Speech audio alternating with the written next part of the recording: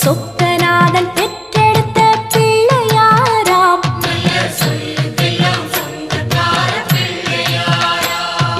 கைலாய மலைய விட்டு தெற்கே வந்தாராம். இந்த பிள்ளையாரு பட்டி கண்டு இருந்து விட்டாராம்.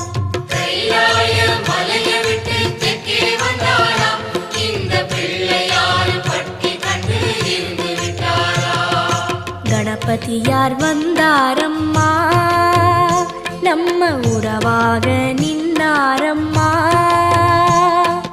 கணபதியார் வந்தாரம்மா, நம்ம உறவாக நின்னாரம்மா. சொக்க